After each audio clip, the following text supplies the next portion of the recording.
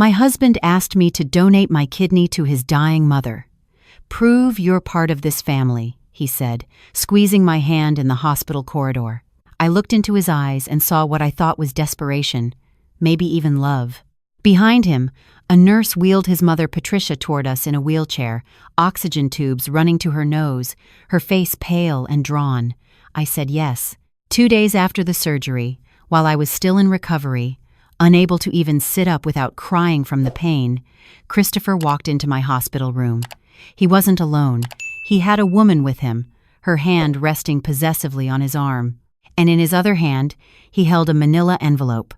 When he tossed it onto my bed, I saw the words, "Petition for divorce," printed across the top. Let me back up. My name is Elena Martinez, and I should have seen this coming. I lost my parents when I was 16. Car accident on Highway 101, just outside San Francisco. One moment I had a family, the next I was standing in a funeral home choosing caskets. My grandmother took me in, bless her heart, but she was already 70 and struggling on Social Security. We lived in a one-bedroom apartment in the Mission District. I slept on the couch for 8 years while I worked my way through San Francisco State, studying to become a teacher. When I finally got my credential and landed a job at Roosevelt Elementary, Grandma was so proud. She died 6 months later, heart attack in her sleep. Peaceful, the doctor said. I was 24 and completely alone in the world. I threw myself into teaching. Third graders became my family. Their sticky hands, their gap-toothed smiles, their questions about everything under the sun. It filled the emptiness, mostly. But at night, in that same one-bedroom apartment I couldn't bear to leave, the silence was deafening. Then I met Christopher Hayes. It was October, parent-teacher conferences. He showed up in an expensive suit, clearly coming straight from work, apologizing for being late for his nephew's conference. Except the conference was the next day. I could have just told him and sent him away. Instead, I laughed. He laughed too. We ended up talking for an hour in my classroom, sitting in those tiny chairs meant for 8-year-olds, our knees practically touching our chins. He was a lawyer at Hayes & Associates, the firm his family had run for 3 generations. Smart, charming, successful. And he looked at me like I was the most fascinating person he'd ever met. When he asked me to dinner, I felt something I hadn't felt in years. Hope. The next 6 months were a whirlwind, dinners at restaurants I couldn't pronounce. Weekend trips to Napa, Carmel, Lake Tahoe. He introduced me to art galleries and wine tastings and a world I'd only seen in movies. He never seemed bothered by my background, my tiny apartment, my second-hand car. If anything, he said he admired my independence, my dedication to my students. He called me real. "I'm so tired of shallow people," he told me one night, holding my hand across the table at some French restaurant in Pacific Heights. "You care about things that matter. You make me want to be better." I fell hard. Of course I did. Who wouldn't? When he proposed on Ocean Beach at sunset, I cried so hard I could barely say yes. The ring was beautiful, simple, perfect. We set a date for June. Meeting his mother should have been my first warning. Patricia Hayes lived in a mansion in Presidio Heights, the kind of house with gates and a circular driveway. She opened the door herself, looked me up and down like I was something the cat dragged in, and said, "So you're the teacher. Not a question. A dismissal." Dinner was excruciating. She asked about my family. I explained briefly about my parents and grandmother. "How tragic," she said, but her tone suggested it was more inconvenient than tragic. "And you have no other family? No one?" When I shook my head, she exchanged a look with Christopher I couldn't quite read. "Well," she said, turning back to her Dover soul, "I suppose everyone needs someone." Christopher was different around her, quieter, more deferential. When she made snide comments about public school teachers or asked pointed questions about my student loans, he just smiled uncomfortably and changed the subject. He didn't defend me. I told myself it didn't matter. We were getting married. I'd win her over eventually. The wedding was small. My principal and a few teacher friends on my side. Christopher's side of the church was packed. His mother sat in the front pew wearing black, like she was attending a funeral. During the reception, I overheard her telling someone, "Well, he could have done better, but I suppose she's harmless enough." I pretended not to hear. Christopher kissed me and called me Mrs. Hayes and I pushed the doubt away. We moved into a beautiful condo in Russian Hill. Christopher insisted on paying for everything. "You're my wife," he said. "Let me take care of you." I kept teaching because I loved it, but money was never an issue anymore. For the first time in my life, I didn't have to check my bank account before buying groceries. It felt like a fairy tale. Then, 8 months after the wedding, Patricia got sick. Or so we thought. Christopher called me at school one Tuesday afternoon. "Mom's in the hospital," he said, his voice tight. "Kidney failure. They're saying she needs a transplant." I left work immediately and met him at UCSF Medical Center. Patricia was in a private room, hooked up to a dialysis machine, looking smaller and frailer than I'd ever seen her. The doctor explained that her kidney function had deteriorated rapidly. Without a transplant, she had maybe a year, probably less. "We're running tests on potential donors," the doctor said. "Family members first, of course." Christopher went first. I waited in the hallway, praying he'd be a match. He came out an hour later, his face drawn. "No," he said quietly. "Wrong blood type." They tested his sister, his cousins, his uncle. No matches. Patricia's condition worsened. The waiting list for a donor was years long, the doctor explained. At her age, with her other health issues, she might not live that long. That's when Christopher asked me.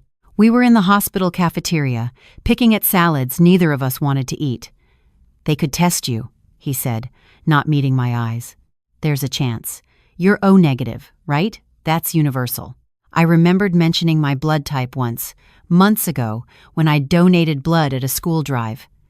I was surprised he remembered. "I know it's a lot to ask," he continued, "but you're family now, and there's no one else." He finally looked at me, and his eyes were wet. "Please, Elena, I can't lose her." What was I supposed to say? This was my husband. His mother was dying. Of course I said yes. The testing took 3 days. Blood work, tissue typing, cross-matching, physical exams. I'd never been in a hospital so much in my life. The transplant coordinator explained the risks, surgery complications, infection, long-term health issues. But she also said living donors did fine with one kidney, that thousands of people donated every year. When the results came back, I was in my classroom, grading spelling tests. Christopher called. "You're a match," he said, and I could hear the smile in his voice. "Elena, you're a perfect match, like 1 in 100,000. The doctor said he's never seen compatibility this high. I should have wondered about that. Why would I, with no blood relation to Patricia, be such a perfect match? But I was too caught up in Christopher's happiness, in the idea that I could save his mother's life. Maybe this would finally make Patricia accept me. Maybe this would prove I belonged in this family. The surgery was scheduled for 2 weeks later. The night before, I couldn't sleep. Christopher held me. "You're amazing," he whispered. "You deserve the best, Elena. I'm so lucky to have you." Those were the last kind words he ever said to me. The surgery itself is a blur. I remember signing forms, so many forms. I remember the anesthesiologist telling me to count backward from 10. I remember waking up in recovery, the pain so intense I thought I might die. The nurse gave me morphine. Time became weird, stretchy. Christopher visited once, briefly. He didn't stay long, said his mother needed him. On the second day, I woke from a nap to find Christopher standing at the foot of my bed. And he wasn't alone. The woman with him was young, maybe 26. Beautiful in that effortless way that comes from money and good genes. She wore a red dress and diamond earrings and looked uncomfortable, like she didn't want to be there. "Elena," Christopher said, his voice flat and businesslike. "This is Vanessa Chen. I wanted you to meet her before I gave you these." He tossed the manila envelope onto my bed. My hands were shaking as I opened it. "Petition for dissolution of marriage, filed 3 days ago. 3 days ago, while I was in pre-op." "I don't understand," I whispered. "It's simple," Christopher said. "The surgery is done. You signed all the donation papers. Legally, you can't undo it. And frankly, I don't need you anymore." The room tilted. "Your mother is fine. Better than fine, actually." The transplant was successful. Something in his tone made my stomach drop. "You said she was dying." I said she needed a kidney, which was true, just not her kidney. He glanced at Vanessa, who was staring at the floor. Vanessa has been sick for over a year, end-stage renal disease. We've been together for 5 years. We were going to get married when she got her diagnosis. We've been searching for a donor ever since. The morphine made everything feel distant, like I was watching this happen to someone else. You married me to get my kidney. You made it easy, he said with a shrug. No family, no one to ask questions. O-negative blood type. I knew the moment you mentioned it at that blood drive. I ran a background check that night. Found out you were as alone as you claimed. Perfect donor material. The tests, I said slowly. The compatibility results. You said I matched your mother. I lead. You matched Vanessa. Better than we could have hoped. The surgical team thought you were donating to a friend. We told them you and Vanessa were college roommates, that you volunteered. Very noble of you. His smile was cruel. The divorce will be finalized in 6 months. I'll be generous with the settlement. 20,000 should be more than you had before we met. 20,000 for my kidney, for my trust, for 10 months of my life. You can't do this, I whispered. It's already done. You signed the consent forms. The surgery happened. Vanessa has your kidney, and it's working beautifully. He turned to leave, then paused. Oh, and don't bother contacting my mother. She knows everything. In fact, it was her idea. They left. I stared at the ceiling and tried to process what had just happened. The nurse came to check my vitals and found me crying. She assumed it was pain. She gave me more morphine. I let her. Over the next week, the pieces fell into place. I called the transplant coordinator, who confirmed that my kidney had gone to Vanessa Chen, not Patricia Hayes. She seemed confused by my confusion. You signed the forms designating Miss Chen as the recipient, she said. You attended the counseling sessions together. I hadn't. Someone who looked like me had. Or they'd forged the signatures. I didn't know which and couldn't prove either way. Patricia visited once, the day before my discharge. She sat in the chair beside my bed, perfectly healthy, no wheelchair in sight. I want to be clear, she said. If you make trouble, we will bury you. Christopher's firm handles medical malpractice. We have lawyers who will tie you up in court for years. You have no money for that fight. And honestly, who would believe you? A desperate teacher who donated a kidney to her friend and is now having regrets? I'm not your son's friend. I'm his wife. For now. Sign the divorce papers, Elena. Take the settlement. Move on with your life. She stood, and if you're smart, you'll keep your mouth shut. Organ donation fraud is serious. You wouldn't want to be investigated for that. The threat was clear. If I fought, they'd paint me as the criminal. I was discharged a week after the surgery. Christopher had moved out of our condo. He'd left my things packed in boxes in the living room. Efficient. I moved back to my old apartment, which I'd never sold, thank God. The stairs were agony. Every movement hurt, but I made it. The follow-up appointment was at a different hospital, one covered by my teacher's insurance. The nephrologist was young, concerned. Your remaining kidney is under stress, he said, pointing at my lab results. Your creatinine levels are elevated. Your GFR is dropping. It's not uncommon after donation, but in your case, it's significant. What does that mean? It means we need to monitor you closely. If your kidney function continues to decline, you could need dialysis. Eventually, a transplant yourself. The irony wasn't lost on me. I'd given Christopher my kidney, and now I might die for lack of one. The months that followed were dark. I went back to teaching, but I was exhausted all the time. The pain medication made me foggy. I lost weight. My principal noticed and asked if I was okay. I lied and said I was fine. What else could I say?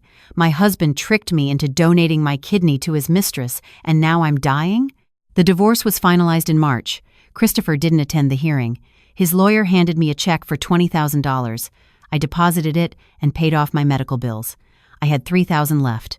By May, I was on dialysis 3 times a week. My nephrologist had referred me to a transplant center, but the waiting list was 7 to 10 years.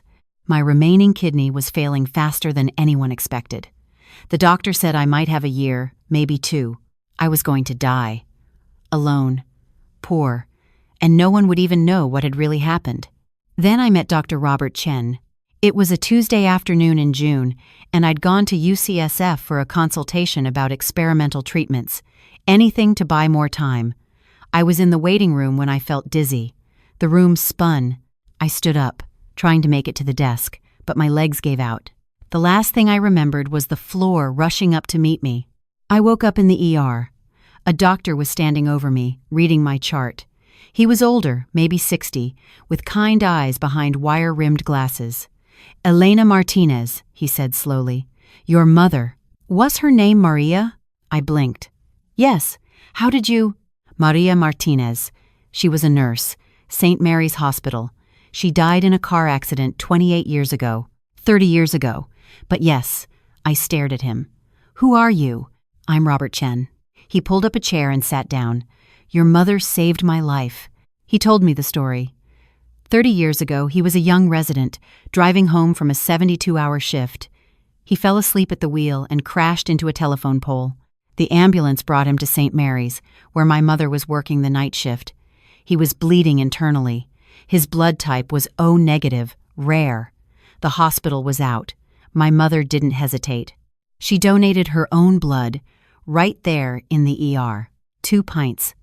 Enough to keep him alive until more could be rushed from another hospital. "She saved me," Dr. Chen said quietly. "And when she left the hospital that night to drive me blood from the blood bank across town, she was hit by a drunk driver." He looked at me. "I'm the reason your mother died." I didn't know what to say. "I've spent 30 years trying to repay that debt," he continued. "I became a transplant surgeon. I started a foundation to help uninsured patients. I've donated millions to organ donation research. But I never forgot her name. Maria Martinez." He looked at my chart again. "When I saw your name, your blood type, your age, I knew. You're her daughter. My mother never mentioned you. She probably didn't think it was a big deal. That's who she was. But it was a big deal to me, and now I can finally repay her." He stood.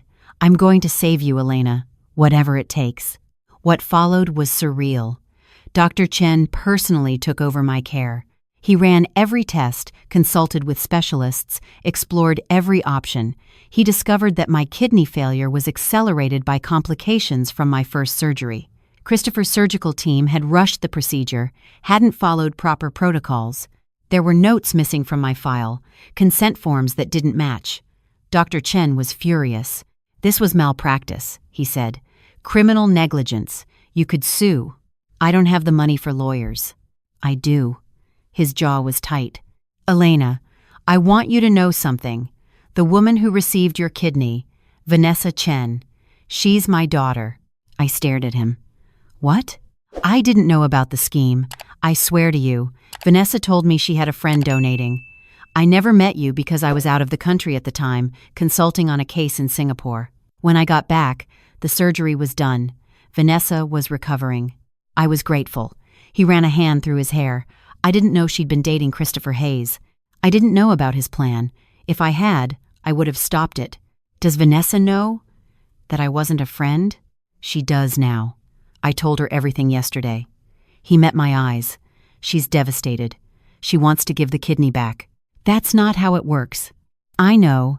But she's refusing dialysis. She says she won't live with a kidney obtained through fraud and lies." He shook his head. "She has a donor now, a real one, from the registry. The surgery is next week. She'll be fine." "And Christopher?" "Faces criminal charges for organ trafficking and fraud. I've turned over all the evidence to the district attorney. His law license is suspended. The firm is under investigation." He paused.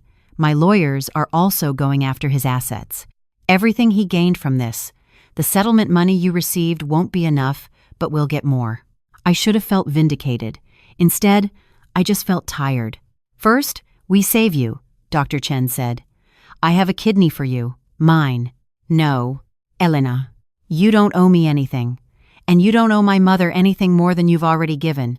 You dedicated your life to helping people. That's enough." "It's not enough. Not for me." He smiled. "Besides, I'm 62. I'm healthy. I can spare one. And before you argue, the transplant board has already approved it.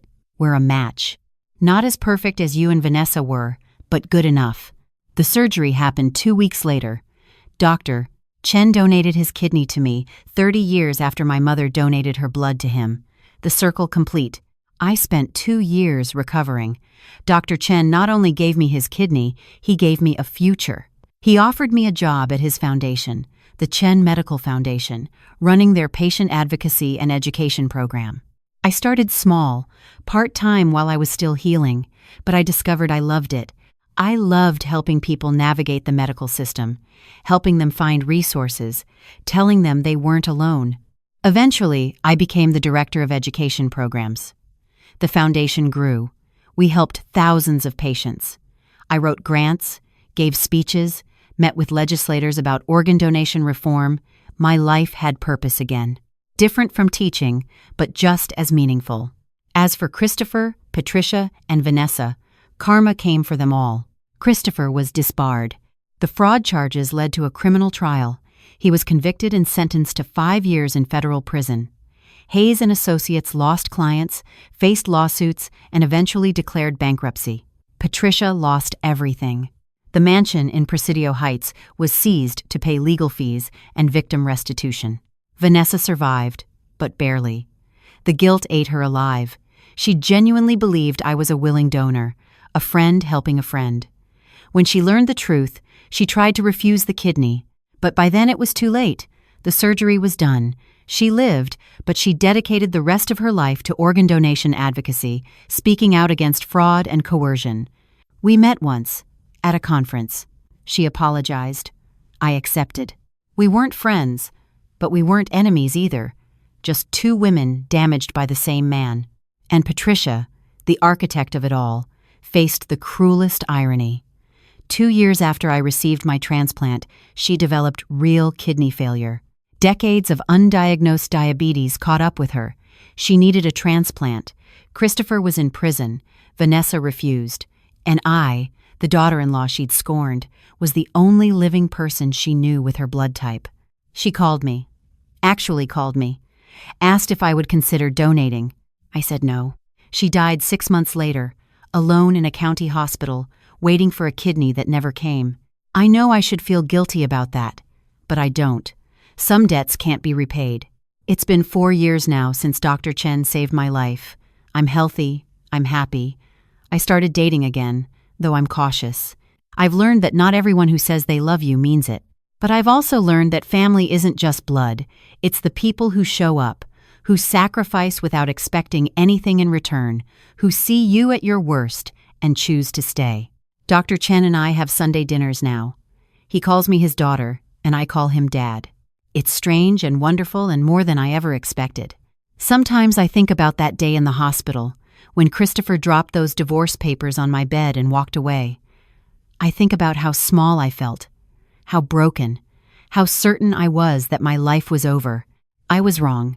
My life was just beginning.